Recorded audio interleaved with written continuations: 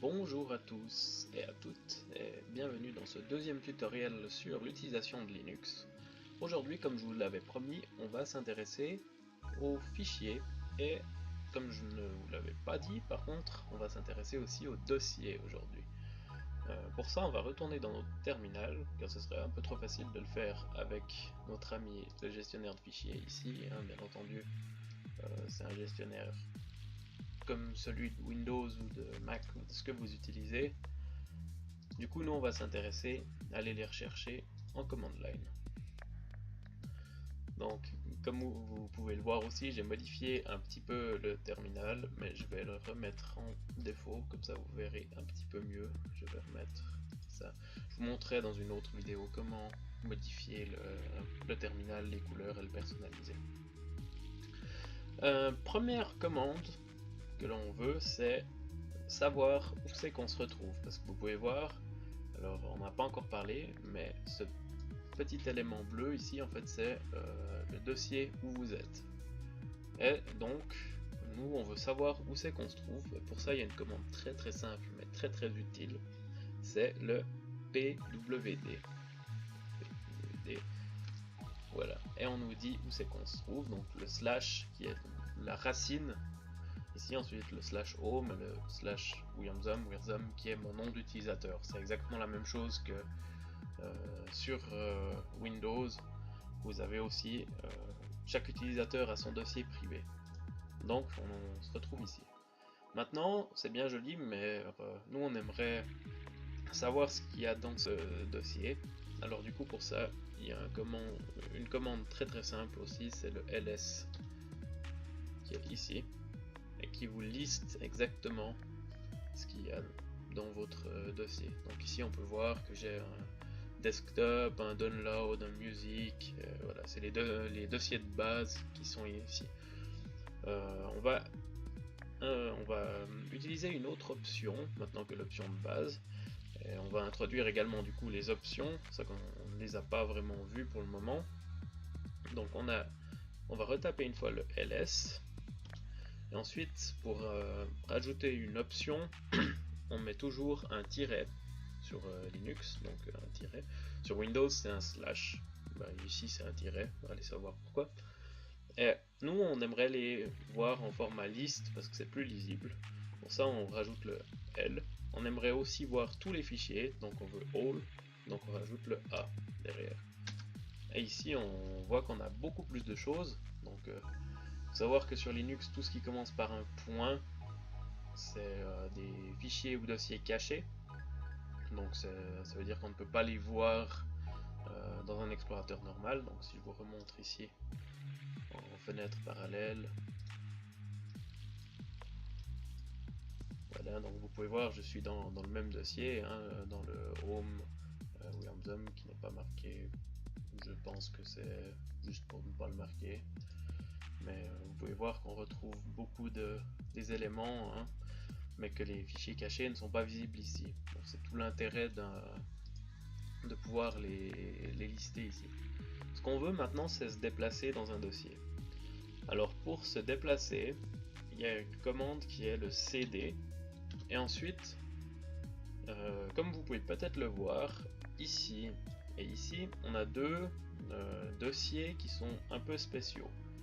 En fait il faut savoir que sur les systèmes Linux, le dossier dans lequel on se trouve s'appelle point, il s'appellera toujours point, et le dossier parent, donc c'est-à-dire ici on est sur slash home slash wirzum, donc le dossier parent de slash wirzum c'est le slash home, et du coup le dossier parent il se retrouve ici, c'est point. Donc si on veut reculer, c'est cd point. CD ça veut simplement dire change directory, donc changer de dossier en français. Donc si on fait un cd point, on voit que notre nom ici a changé. On est maintenant slash home, donc dans le dossier parent. Et si on le liste, donc avec le ls, on va utiliser le moins là, mais c'est pas très utile pour ici, on voit qu'on retrouve bien un dossier wirzum. Maintenant pour retourner dans ce dossier wirzum, on fait donc un cd WYMZOM. Et voilà, on est de retour ici. Il y a quelque chose auquel il faut faire attention entre les chemins absolus et les chemins relatifs.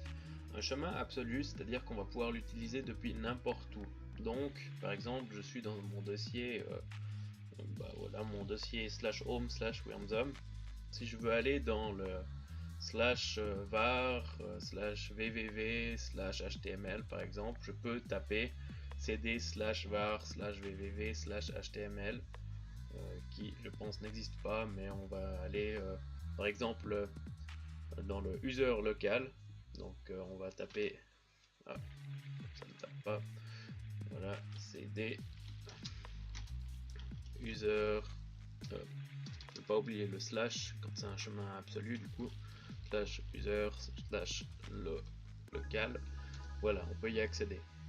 Par contre, si maintenant je tape un cd WYMZOM, donc pour me retrouver dans mon dossier d'utilisateur où j'ai me trouvé avant, on voit que ça ne fonctionne pas, hein. WYMZOM no such file or directory, donc ça n'existe pas en effet, car le WYMZOM que j'ai tapé avant était un chemin relatif, c'est-à-dire qu'il n'existait uniquement dans le dossier où on était avant. Donc si on retourne maintenant dans le /home/WYMZOM, qu'on retourne dans le /home comme avant, ici on peut de nouveau utiliser le WYMZOM car il existe. Ça, c'est un chemin relatif. Et de même, maintenant je ne peux pas aller depuis ici dans le local où j'étais avant en tapant que local. C'est toute la différence entre les chemins relatifs et les chemins absolus. Voilà, maintenant on va s'attaquer un petit peu à la création de fichiers. Ah oui, juste avant ça, encore quelque chose. Quand vous voyez la petite vague ici, en fait ça veut dire que c'est le dossier de l'utilisateur. Si maintenant je me mets en mode route, donc en faisant le sudo -i qu'on a vu hier, ici on met notre mot de passe,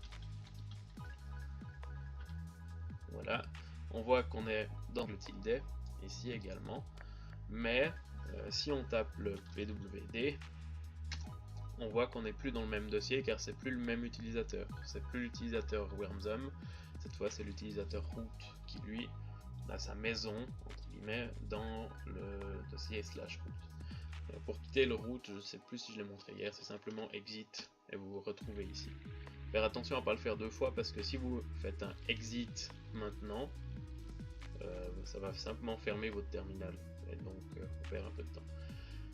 Première petite commande maintenant de management qu'on va voir, c'est le clear.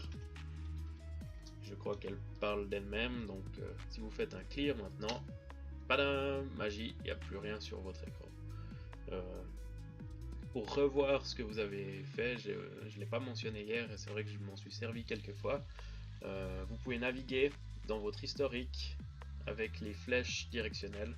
Donc la flèche haut pour retourner plus haut ou plus bas, ou sinon il y a la commande history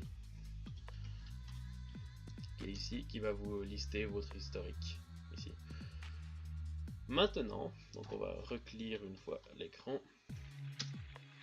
voilà, on va créer un nouveau dossier. Donc on est toujours, si on refait un pwd, on est toujours dans le /home/WYMZOM et on va créer ici un nouveau dossier qu'on va appeler tutoriel. Okay.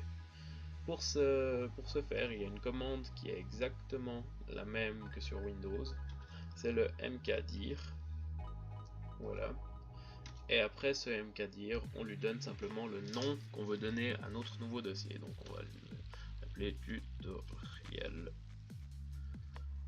folder, voilà, avec un underscore au milieu. Voilà, donc maintenant si on fait un ls, on voit qu'on a bel et bien ici un dossier tutorial underscore folder. Donc maintenant on va se déplacer dans ce dossier, donc à nouveau on peut utiliser soit le chemin relatif, soit le chemin absolu.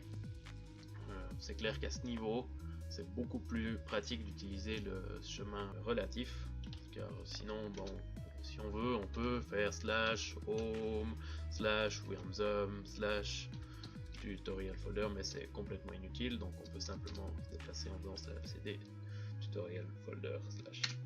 Voilà. Donc maintenant vous savez comment créer.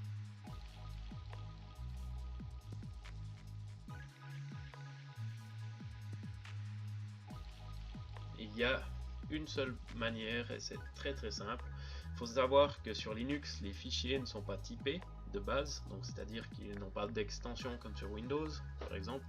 Alors certes ils en ont, mais c'est pour des questions de compatibilité. Et donc si vous faites un fichier texte, vous pouvez très bien lui mettre un point Europe si vous en avez envie, hein, ça ne va rien changer du tout. Cette commande pour créer des fichiers, c'est le touch. On va faire ici. Et ensuite vous marquez simplement le nom de votre fichier. Donc on va mettre mon premier fichier. Voilà. Et si maintenant on liste les éléments disponibles, on voit qu'on a bel et bien mon premier fichier. Je viens de vous dire qu'on n'utilisait pas les extensions sur Linux. En effet, on n'en a pas besoin, mais personnellement, pour une question de lisibilité, moi je vais simplement le renommer en mon premier fichier .txt. Pour ça, on va utiliser la commande mv pour move. En fait, c'est la commande qui permet aussi de faire des déplacements. Alors cette commande permet de renommer et de déplacer les fichiers. C'est un peu bizarre comme ça, mais ça fonctionne. Donc on va simplement faire mv, ensuite mon premier fichier, et ensuite le nouveau nom qu'on veut lui donner, comme ça, .txt. Simplement comme ça, si on a besoin de travailler plus tard sur Windows avec, il sera déjà formaté pour ça.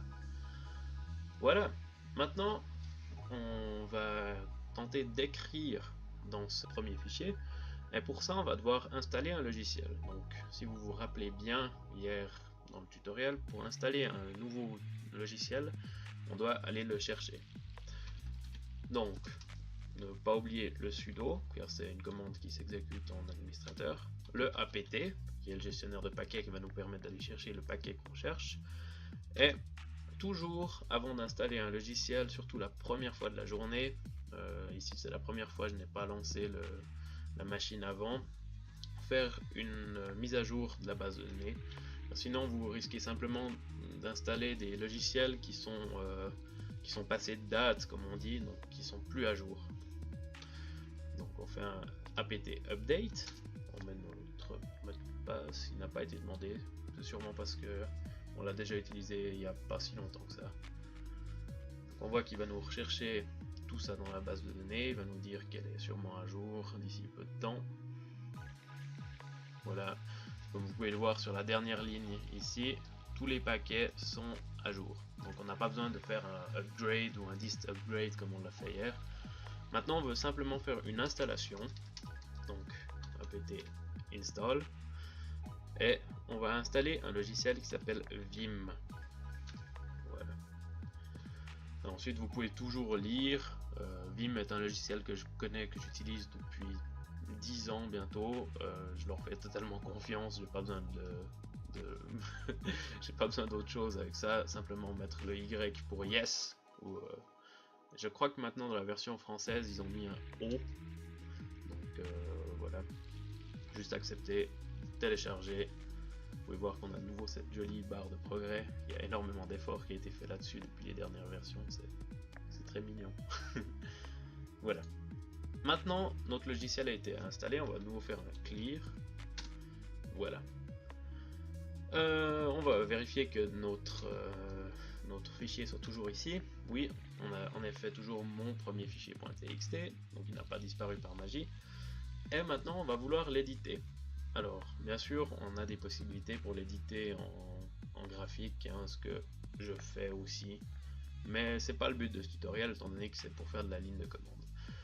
Donc on va lancer une autre application qu'on vient d'installer, donc Vim, suivi du nom du fichier que vous voulez éditer, donc mon premier fichier .txt. Voilà. Et vous vous retrouvez devant cette fenêtre. Ce qui est très drôle avec Vim, donc vous n'appuyez pas sur le i, vous ne pouvez pas écrire en fait. Maintenant, en fait, ce mode s'appelle le mode d'édition. Et c'est du coup le mode où vous pouvez vous déplacer.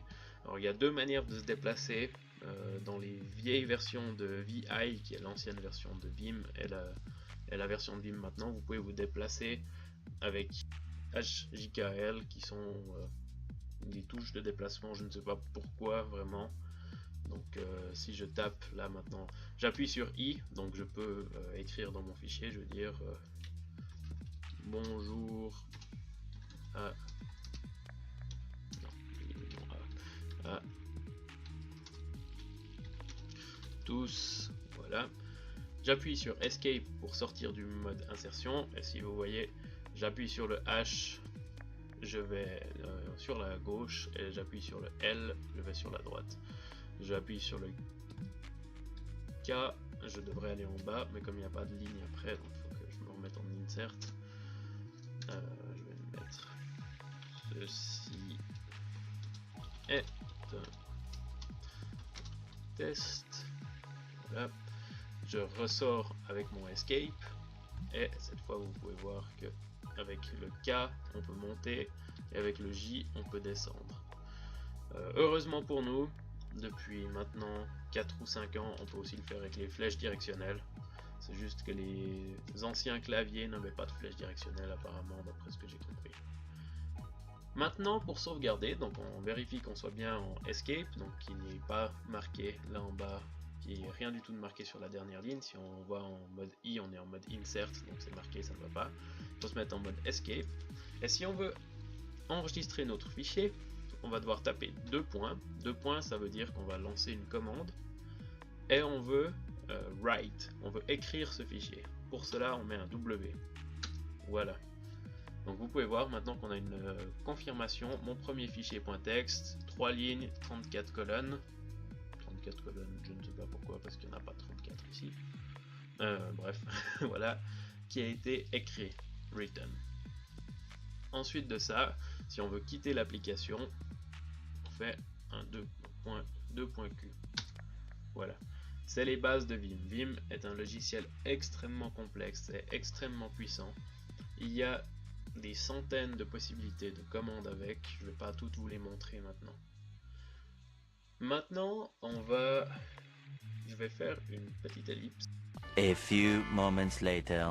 J'ai créé, comme vous pouvez le voir, un fichier qui s'appelle list.txt, qui est simplement une liste des 1000 mots les plus utilisés en anglais. Voilà. Et maintenant, on va apprendre à utiliser 2 commandes. Même peut-être 3 éventuellement. En fait 4 même. Allez, disons 4. Tout d'abord, pour lire un fichier sans l'éditer, il y a la commande très facile qui s'appelle cat, comme le chat en anglais. Pourquoi, je ne sais pas.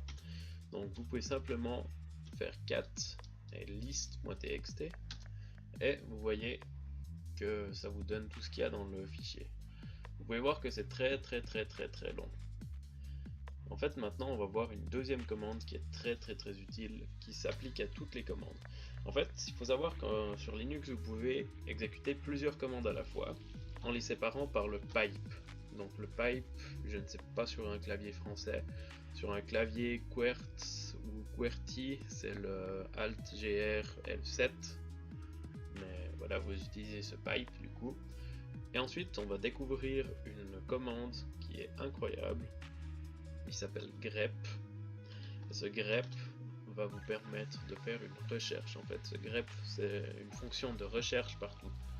Donc vous utilisez ça ici, et vous voulez savoir si un mot fait partie de la liste, par exemple up, grep up. Et vous pouvez voir qu'il nous sort tout ce qui existe avec up. Donc on trouve donc couple, cup, group, support, up and up on. Vous pouvez voir, ça a fait simplement une recherche, en plus ça nous les colorie et c'est très sympathique. Maintenant, si vous voulez savoir les 10 dernières lignes de votre fichier, vous pouvez utiliser, alors on va pas utiliser le cat, donc on va utiliser le tail, voilà, on lui donne ensuite le nombre de lignes qu'on veut, donc par exemple les 15 dernières lignes, et on va entrer dans le fichier qu'on a créé, donc le list.txt, et vous pouvez voir qu'il nous sort les 15 dernières lignes. Voilà. Maintenant, on va utiliser deux autres commandes qui sont assez pratiques pour le déplacement. Parce que comme vous pouvez le voir, si je fais simplement un cat ou list, c'est très dur de retourner voir tout ce qui est en haut. Surtout si vous vous retrouvez dans un environnement sans graphisme, donc sans ça vous pouvez pas remonter avec la molette, hein. La molette ne fonctionnera pas étant donné que la souris ne sera pas activée. Donc on va utiliser la fonction more and less. Donc si maintenant je fais cat list.txt pipe more, vous pouvez voir qu'on commence depuis le haut et qu'avec enter qu'on peut se déplacer à travers le fichier. Avec la touche enter, vous pouvez donc vous déplacer et descendre dans le dossier, mais c'est relativement long quand même. Même chose maintenant, alors pour sortir, toujours quand vous voulez annuler une commande sur Linux, c'est toujours CTRL-C. Voilà, je le refais une fois, hop, je fais maintenant CTRL-C et je ressors de ma procédure. La même chose si vous voulez voir que la fin de votre fichier, vous refaites la même, mais à la place du more, vous mettez un less pour vous balader dans votre fichier avec les flèches. Et pour quitter, c'est comme dans Vim, c'est le Q. Voilà. Dernière chose pour aujourd'hui, pour le tutoriel d'aujourd'hui, apprendre à supprimer un fichier et un dossier. Donc on a une commande très simple qui est le rm. Pour supprimer un fichier, on n'a pas besoin d'option mettre, simplement mettre le fichier. Donc on va mettre mon premier fichier, on veut le supprimer. Simplement ça, enter. Et si on fait la liste maintenant, il n'existe plus. On va faire de même avec l'autre fichier car il n'est plus très utile pour le moment. Voilà. Maintenant, on veut retourner dans notre maison ici et on veut supprimer notre dossier. Alors pour ça, il va falloir utiliser exactement la même chose, mais en ajoutant le R qui veut dire récursif. Donc le récursif, c'est pour supprimer tout un dossier. Donc voilà. Et ensuite, tutorial folder, on le supprime. Voilà, donc on arrive à la fin de ce tutoriel numéro 2 sur l'utilisation de Linux, qui était sur l'accès aux dossiers et aux fichiers. J'espère que ça vous a plu. Si oui, n'hésitez pas à laisser un like. Sinon, n'hésitez pas à me le dire dans les commentaires, à me proposer des améliorations. Pensez à vous abonner si ça vous a plu. Et à bientôt. C'était Wormzom. Bye.